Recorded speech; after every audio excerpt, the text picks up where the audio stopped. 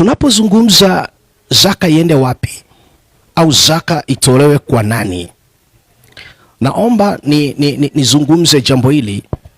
Tunazungumza kupitia neno la Mungu. Tusiipe Biblia au tusiilishe Biblia maneno. Twende kwenye uhalisia wa neno la Mungu linasemaje kwa habari ya utoaji wa zaka. Naitwa Mchungaji Joseph Doto Makongoro wa huduma ya Born Again Assembly, kusanyiko la watu waliozaliwa mara ya pili. Ni kushukuru kwa swali zuri ambalo unalileta kwa ufahamu kuhusiana na zaka. Lakini kabla sijaenda kujibu hilo swali, napenda tukaujenge msingi mzuri sana kwenye Biblia kuhusiana na zaka. Kabla ya hapo, tutaangalia kutoka kitabu cha Yeremia ile sura ya 3 na ule mstari wa 15. Biblia inasema, nami nitawapa nyinyi wachungaji wanipendezao moyo wangu, watakaowarisha kwa maarifa na ufahamu. Nitarejea andiko hilo. Nami nitawapa nyinyi wachungaji wanipendezao moyo wangu, watakaowalisha kwa maarifa na ufahamu. Nimechukua andiko hili kwanza kuweza kuelewa kuhusiana na swala zima linalohusiana na maarifa pamoja na ufahamu, ya kwamba itatulazimu watumishi wa Mungu, wachungaji ambao Bwana ametupa neema ya kulichunga na kulilisha kundi lake, kuweza kulifundisha katika maarifa na katika ufahamu.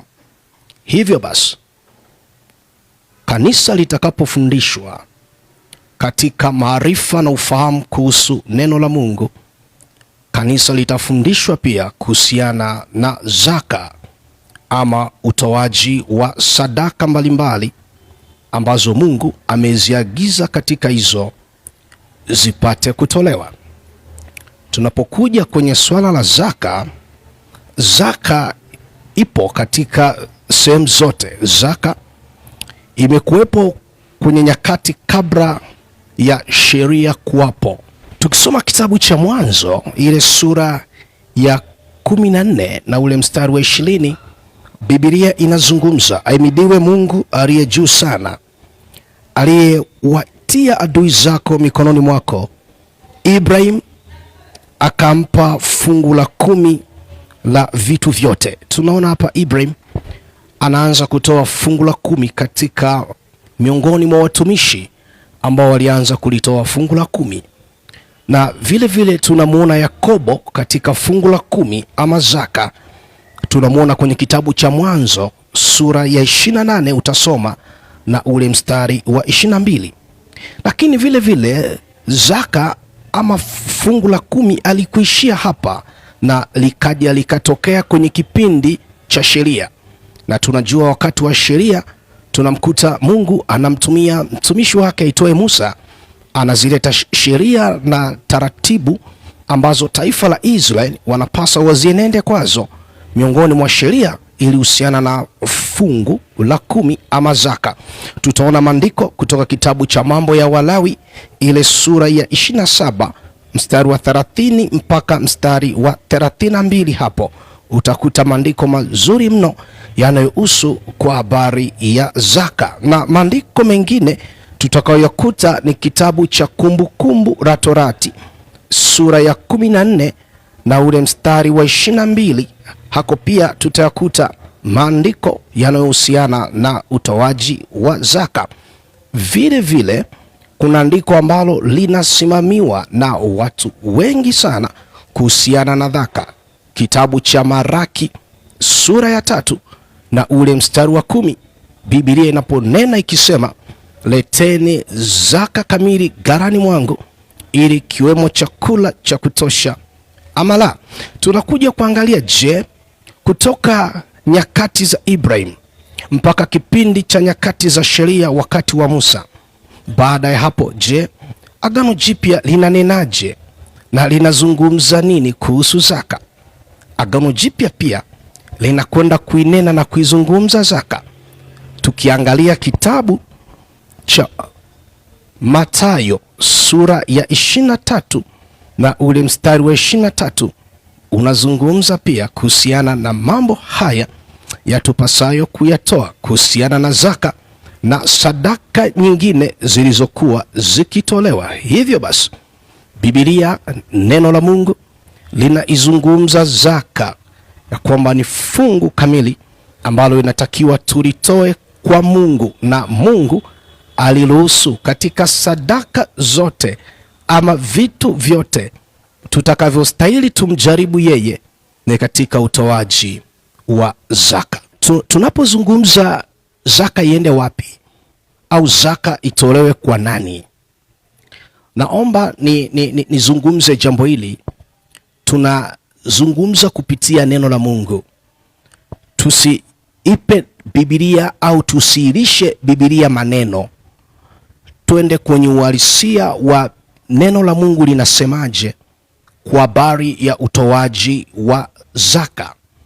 Tukisoma kitabu cha Maraki ile sura ya 3 mstari ule wa 10, Biblia inaposema leteni zaka kamili ghalani, ili kiwemo chakula katika nyumba yangu.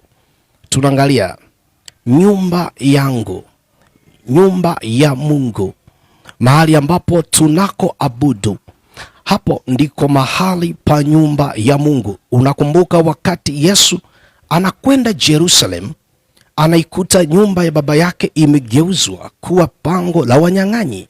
Mahali pale ni mahali pa ibada, ni nyumba ya Mungu. Mungu anaposema zaka kamili ni lazima iletwe madhabahuni kwa Bwana. Zaka kamili ni lazima iingie kwenye nyumba ya Mungu. Hapo ndiko mahali sahihi pa kutoa zaka yako. Zaka yako uwezi ukasema nitaitoa zaka yangu kwa watu wenye mahitaji, ya kwamba kwa watoto yatima, ya kwamba kwa maskini na wajane, huko nitapeleka zaka yangu. Biblia inasemaje kuhusu hawa? Hawa ni watu ambao sisi tunastahili tuwatendee mema hao. Tuwatendee mema hao. Kama una neema na uwezesho wa kuwajari na kuwapa, hiyo ni baraka nyingine nje ya sadaka ambayo ni zaka ama fungu la 10. Hili ni lazima lipelekwe nyumbani mwa Mungu kwa mjibu wa Biblia, na wapasao kuitumia hiyo sadaka ama fungu la 10 ni watumishi wa Mungu walioko hapo, wanaokuhudumia na wanaokuchunga kiroho na wanaokuchunga kimwili zaidi. Na vile vile Biblia inazungumza kwa habari ya wastahilio kupata zaka na sadaka na mambo mengine ambayo yamkini ukatoa, ikiwemo hata sadaka ya shukrani. Tukiangalia kwenye kitabu cha Wakorinto, Paulo ananena akizungumza kwa habari ya zaka na namna gani ya kwenda kutoa sadaka. Biblia inazungumza, Wakorinto wa kwanza ile sura ya 9, nitausoma ule mstari wa 13 na wa 14. Biblia inanena, amjui ya kuwa wale wazifanyao kazi za hekaluni hula katika vitu vya hekalu, na wale wahudumuo madhabahuni hula na fungu lao katika vitu vya madhabahu? Na Bwana vivyo hivyo ameamuru kwamba wale wahubilio injili wapate ridhiki katika hiyo injili. Tunaangalia mahali ambapo panastahili zaka yako itolewe na ni nani aende akatumie zaka hiyo. Lakini itakustahili zaka inapokuja kwako kama mtumishi wa Mungu, mtu yule anastahili aombewe aombewe, atakiwe baraka na uwezesho, kama Mungu alivyosema ya kwamba nitazifungua mbingu, zitaonekana juu yake na mataifa yatamuita heri, kwa maana yeye atakuwa ni nchi yenye kupendeza.